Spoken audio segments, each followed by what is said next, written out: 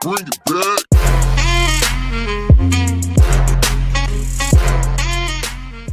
Hi guys, welcome back to another episode of Car Mechanics Simulator.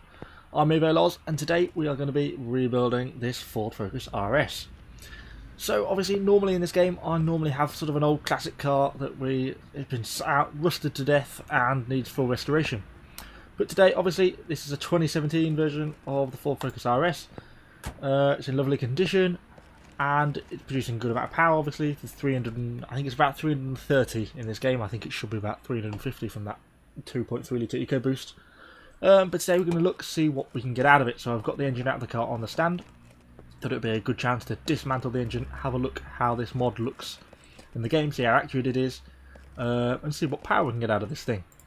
So to just have a quick look in the engine bay. It's been quite nicely done, this mod. The modder, I think it's Dead Bob who did this mod. It's added in lots of nice little features, nice little touches like the little RS badge over the air intake. Things like that's quite nicely done. I think the car looks pretty good. RS badge on the back. I think it's been quite nicely done. We have got at least an inline 4 engine, which is what it should be. It's supposed to be the 2.3 EcoBoost inline 4. I think they use it in both the Mustang and the Focus. So let's take it apart and see what we can find. So first thing first, I think we'll just strip it completely down, and then we'll have a go through the part shop, see what tuning parts we can find, and see how we get on. So let's take the engine cover off first. We'll take the spark plugs out, like so. We're going to have to take the timing cover off, to take the timing belt off, before we can take the camshafts out. That involves taking off the auxiliary belt, which is going to be the alternator, power steering pump, that sort of thing. Pulley, and take that off.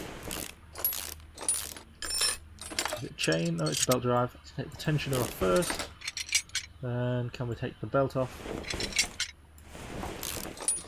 Do the water pump, get that off, all the other idle rollers, and then it should just be the cam gear. I think the actual timing belt is on the other side in a separate, yes it is. I'll take a little fuel filter off. So let's take the timing cover off. I think there's going to be a little timing chain under here, which there is. So we'll pull, take the cam gear B off, pull off the timing chain, and then we should be able to take off the camshaft caps and then get the camshafts out.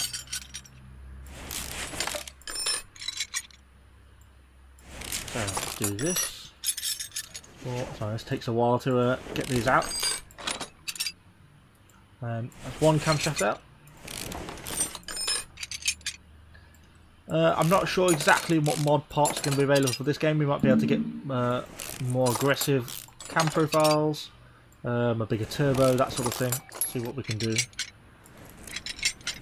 Okay, I want to take the intake off as well, which obviously makes sense. Take the throttle body off, and then the intake, and then we should be able to take the head off. Right, individual fuel injectors. There we go. So then we've got the 4 pistons of the inline 4, so let's hop out of that and turn this thing around. So we'll take the oil sump off the bottom. Take the fuel oil filter off. Take the oil sump off the bottom. Then we should be able to take the rod caps off. Like so, for each of the 4 pistons. Then we should be able to pull those pistons out.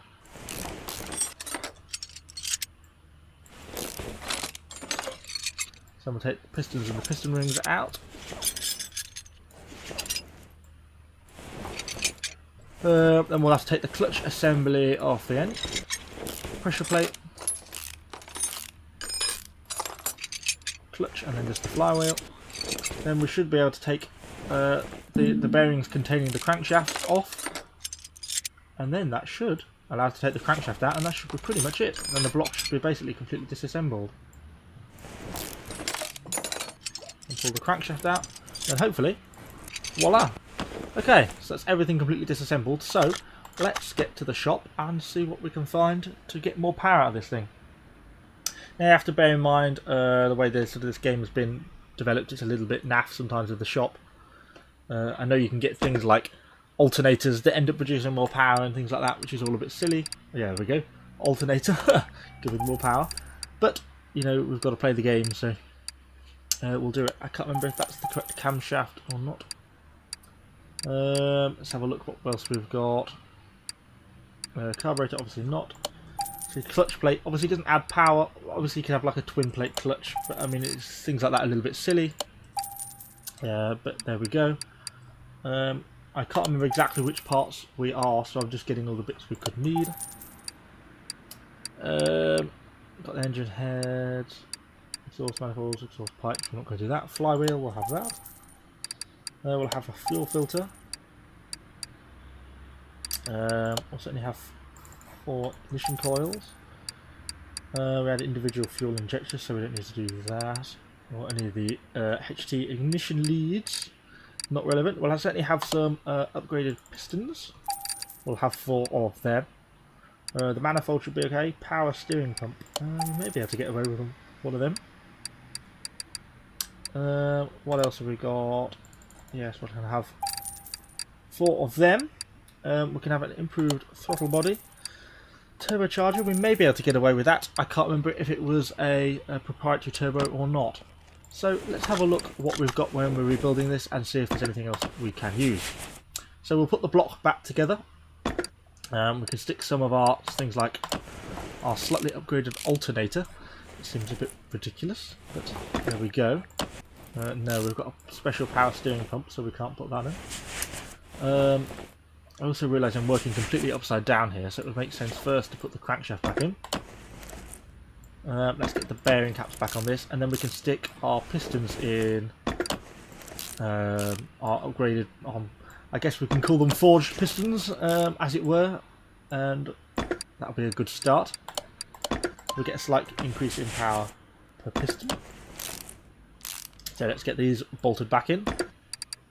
Make sure we pick the right ones. Yes, this is sort of part of the game. It's kind of good that they've introduced modding in the sense that, you know, we can increase the power of cars and do that sort of thing. But some of the way that parts are modified are a little bit sort of naff, I guess, really. Particularly things, you know, like the fact that the alternator gives more power. I don't really like that sort of thing in the game. But at least they sort of introduce these options, and they've introduced the dyno and that sort of thing into the game, which is kind of cool, I guess. So let's flip it so we are back facing the right way around. Things make a bit more sense then. So we'll stick, yeah, you see, unfortunately it's a specific turbo, so it means we can't actually use a modified turbo, because the only turbo I believe we have available in the shop is just a standard turbocharger, not the correct turbo. Yeah. Oops. Just check if I can actually type. Yeah, so we don't have a sufficient turbo available, which is a shame. We've got body tuning, different parts of body cars, but no, so that's no use to us. So we'll have to make do with just the standard turbo. We have, of course, got our lightened racing flywheel. We'll imagine our imaginary twin plate clutch and our clutch pressure plate. Let's get that bolted in. And we should just have a release bearings tag on the end there.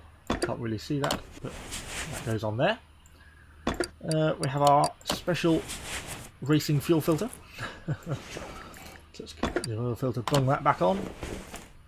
Then we've got things like the water pump, which is just standard. Then we've got the various idle rollers and gears and stuff which go on the bottom. We should have an upgraded engine head, which we do.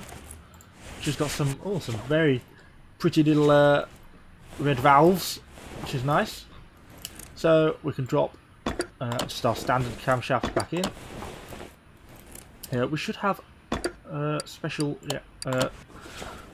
like some iridium spark plugs. Some should give a very small increase in horsepower. So let's get them dropped in, and then let's bolt these camshafts back down. Unfortunately, this is a slightly laborious job of bolting in 10 bloody camshaft bolts. So that's one side bolted in. Just get the other side done dead quickly. 3 to go.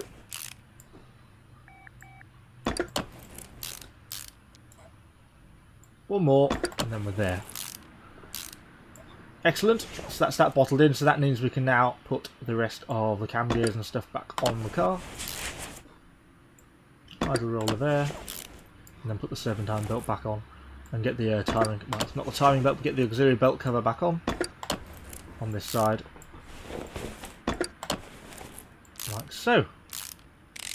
Starting to come back together, starting to look like an engine again. There we go, and there's a belt there. So let's have a look. We've got the manifolds to look at. Let's just get the exhaust manifold bolted back on to the turbo. Like so.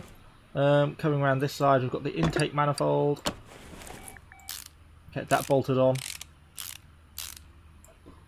And we do have an upgraded throttle body, that's something. Unfortunately, we've just got standard fuel rails. We don't have any upgraded fuel injectors.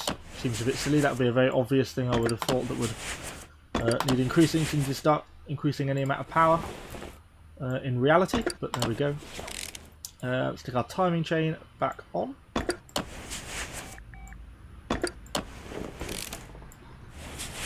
And the timing cover. Obviously a fairly critical part. You don't want that to be skip any teeth or anything. So that's pretty much everything back on. Oh, there's a little idle roller there I've missed, look. Everything back on bar the engine cover. Drop that back on. And then the ignition coil for each of the spark plugs. Which we've got some fancy little red ones, look. Okay, so we've got the engine basically put back together, as far as I can tell. I don't think I've missed anything. So let's pull it off the stand. And then using the engine crane, we can get this thing dropped back into the car. Like so. Let's have a look what else we've got to do. We've got to get the gearbox back on, and obviously this car's a 4-wheel drive car. So we'll have to get that reassembled. So let's go put the car back up. And see if we can get this gearbox and all the drive shafts put back into place. So get the gearbox bolted in. Then we've got front drive shaft there. And the one to each wheel. We can put the wheel back on as well now.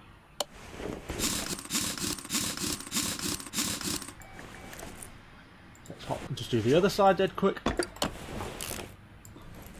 And then we can get this thing on the dyno and see what she's producing. We also need to get this thing into the paint shop. Baby blue is just not the right colour for this car. Obviously it should be the sort of electric-y blue colour that they are classically known for. Get that piece of exhaust on. Find the drive shaft to the rear differential.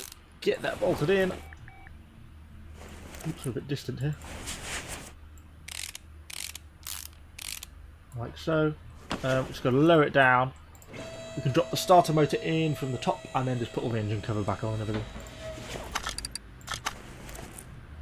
And drop that in there. Like so. Let's just, while I remember, critically put some oil in the engine. I find that tends to help.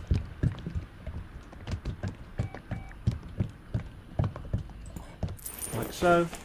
And then all the left to do. I thought this was a nice little touch with the little engine cover, the little Ford EcoBoost engine cover that sits, a bit of crappy plastic that sits on top, which all modern cars seem to have. Okay, so let's put the bonnet back down if it wants to go back down, which it doesn't. Normal mode. There we go. Now let's move this car to the paint shop, and let's see if we can get it a bit of a better colour. So I think it wants to be much more of that. Let's see if I can find it. Much more of like a darker. Yeah, more like that. Not quite so metallic. I think it probably wants to be a sort of a matte more than a metallic. Oh no, too blue. What is it? Something like... It's pretty hard to replicate when you can only sort of remember by memory. It's sort of more like that colour, isn't it? Certainly more than the baby blue that it was. So let's paint it like that. Hop out of that mode. Yeah, it's looking a bit more like it, isn't it? Not exactly perfect, but looking pretty good. So let's hop this thing over to the dyno and see what we're producing. So I think as standard it was producing 337 in the game. I don't know if it will still tell us. Yeah, 337 is the factory engine power. So let's run the dyno and see what we're producing now.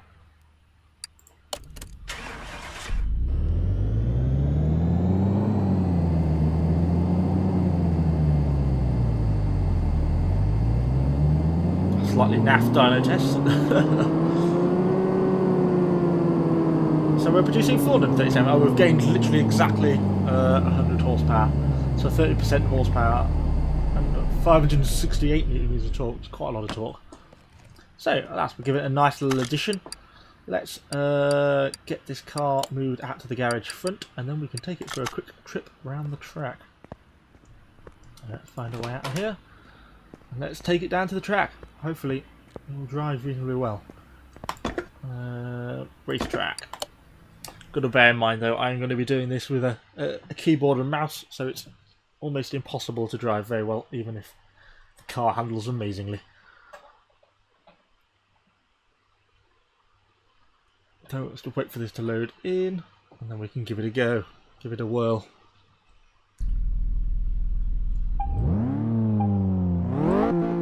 Well, it's certainly fairly fruity. Well, it launches off the line very well, even if it is four-wheel drive. Oh, hey, oh, a little fast.